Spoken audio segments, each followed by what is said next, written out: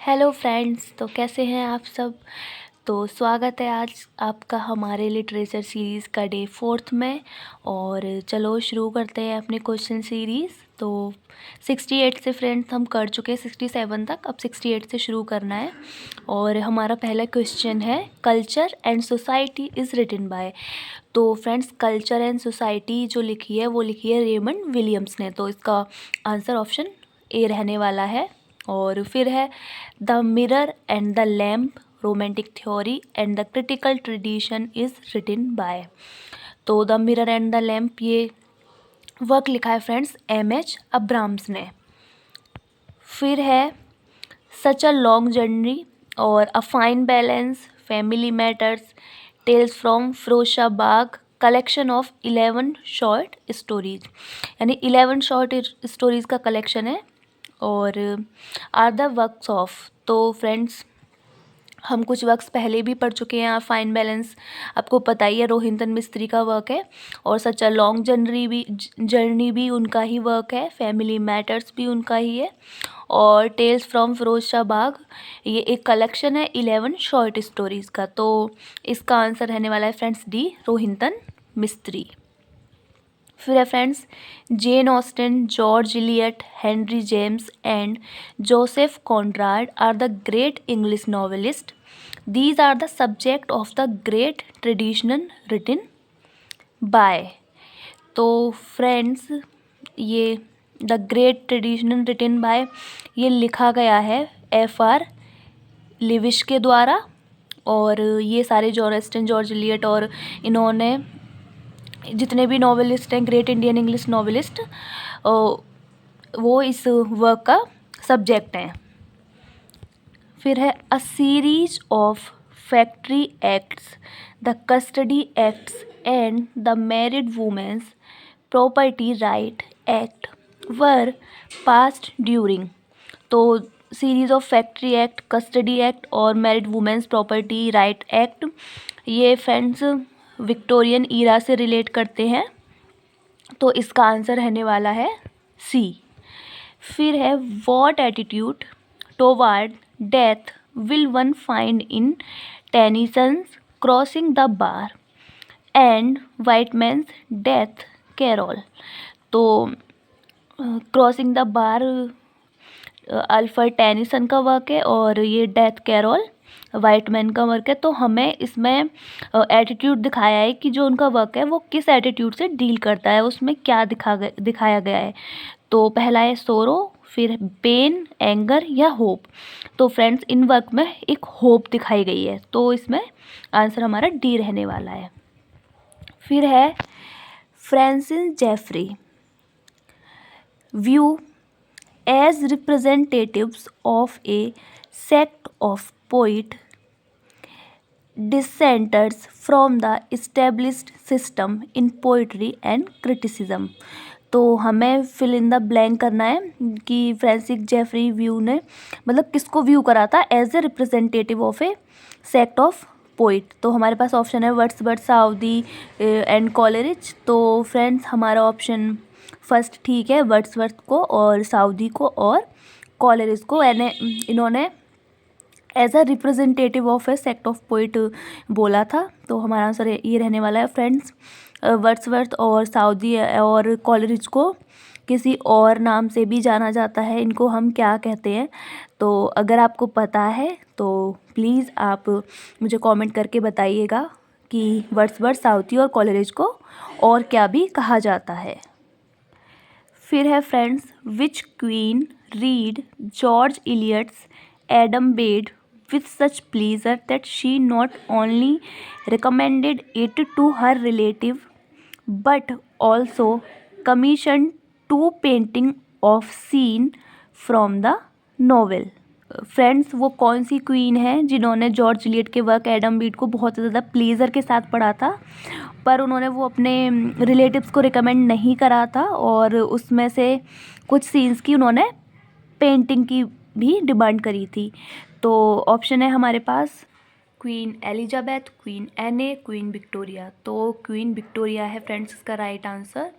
और फिर है on the knocking at the get in Macbeth is a work produced in romantic period. Name its author.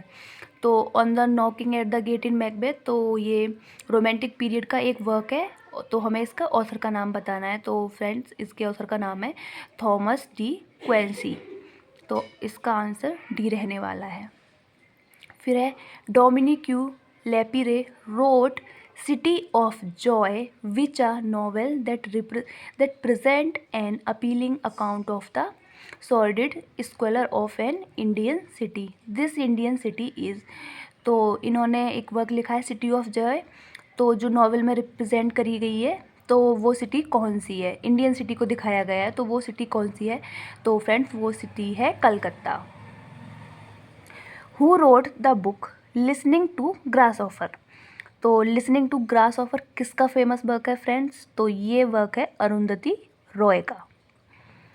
Who wrote the book the great Indian way a life of Mahatma Gandhi. तो friends, the great Indian way a life of Mahatma Gandhi, इसके writer, ये बहुत ही ज़्यादा common question है friends, ये सभी को ही पता होगी। तो इसका आंसर रहने वाला है Raja Rao. Who wrote the romantic imagination. तो रोमांटिक इमेजिनेशन किसने लिखी? तो हर्बर्ट रीड ने, या सीएम बोरा ने, या बायरन ने, या हेजलिट। तो रोमांटिक इमेजिनेशन सीएम बोरा ने लिखी है फ्रेंड्स। फिर है she came to stay is a novel by. She came to stay एक नॉवेल है और ये लिखा है फ्रेंड्स सिमोने दी ब्यूवोर ने। फिर है women is the earth air ether sound, women is the microcosm of mind. तो ये वर्क किसने लिखा है? तो ये वर्क लिखा है फ्रेंड्स राजा राव ने। और फिर है which book is translated and edited by जेव वैन बुटेनन। तो किसने एडिट करा है और किसने इस वर्क को ट्रांसलेट करा है? जेव वैन बुटेनन ने। तो महाभारत को, रामायण को, या भगवत गीता को, या उपनिषद को? तो फ्रेंड्स, इन्होंने महाभारत को ट्रांसलेट करा है और एडिट किया है। The Mahabharata is a vast Sanskrit poem which is a collection of. तो जो महाभारत है वो एक संस्कृत पोइम है, तो उसमें किस चीज़ का कलेक्शन दिखाया है? Epic, ligand, romances, theology and ethical and metaphysical doctrine, या बैलाड, सोनेट।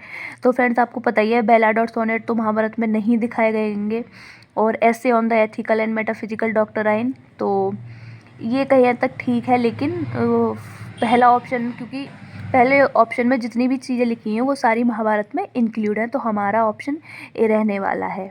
फिर है M.R. केल has translated the text of. तो M.R. केल ने किसके टेक्स्ट को ट्रांसलेट करा है? तो हमारे ऑप्शन रहने वाले हैं the Mrichchhakatika of Shudraka, the Abhijnana Shakuntalam of Kalidasa, या बोथ ऑफ द टेक्स्ट। तो इन्होंने friends the Mrichchhakatika of Shudraka. तो फ्रेंड्स, ये जो मृच्छकटिका है ये बहुत ज़्यादा फेमस वर्क है और ये कई बार हमसे एग्जाम में भी पूछा गया है। और इसको हम इंग्लिश में क्या बोलते हैं? इसको इंग्लिश में हम बोलते हैं द लिटिल क्ले कार्ड। तो इसी का ही ट्रांसलेट करा है इन्होंने। और फिर है it is held as a Shakespearean play though it was written a few centuries before Shakespeare. It set in ancient city of Ujjaini.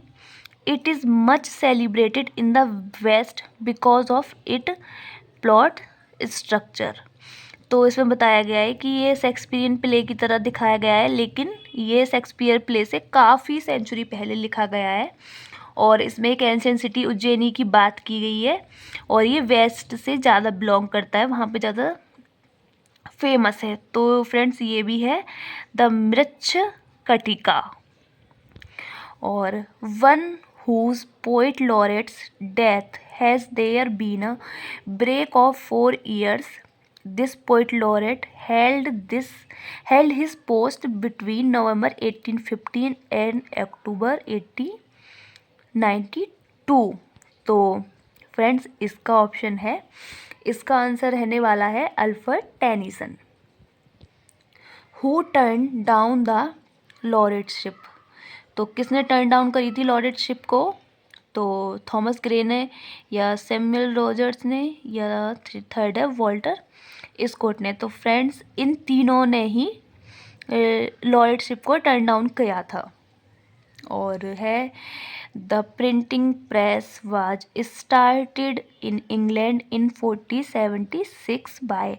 तो फ्रेंड्स ये क्वेश्चन हम पहले भी डिस्कस कर चुके हैं और ये कई एग्जाम्स में काफ़ी बार पूछा गया और बहुत ही ज़्यादा फेमस है। तो ये विलियम कैक्सटन के द्वारा प्रिंटिंग प्रेस शुरू हुआ था इंग्लैंड में 1476 में। और आप मुझे बताइएगा कि उस टाइम इंग्लैंड में कौन सा मूवमेंट चल रहा था।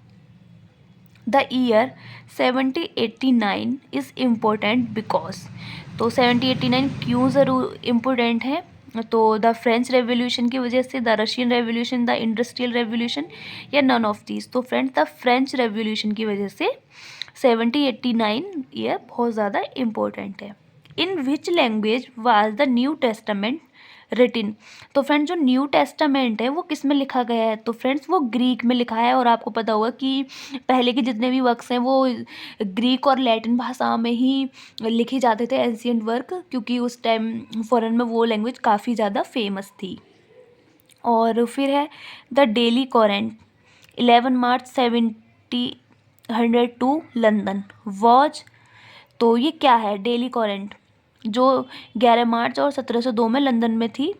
तो ये द फर्स्ट मैगजीन थी, या the first journal, the first budget, या फिर the first English daily newspaper. तो ये फर्स्ट डेली इंग्लिश न्यूज़पेपर था। और अगर फ्रेंड्स आपको एग्जाम में ना याद रखे तो आप द डेली से याद रखना कि डेली न्यूज़पेपर। और फिर है the authorized version of the Bible came in 1611 it was dedicate to. तो जो ऑथराइज्ड वर्जन आया था बाइबल का वो किसको डेडिकेट करा गया था? तो फ्रेंड्स वो जेम्स वन को डेडिकेट किया था और वो 1611 में आया था। तो फ्रेंड्स आज की सीरीज़ में हम इतने क्वेश्चन करेंगे और आप इनको रिवाइज करें और मिलते हैं कल और क्वेश्चन के साथ। तो thank you friends, bye bye and take care.